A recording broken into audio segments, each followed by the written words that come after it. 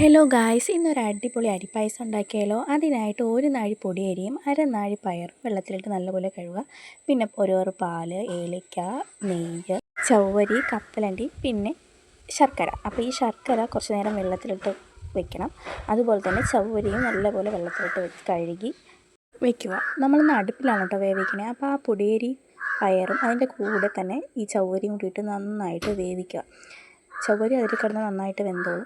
നല്ലപോലെ ഇതുപോലെ വേവിച്ച് എടുക്കുക.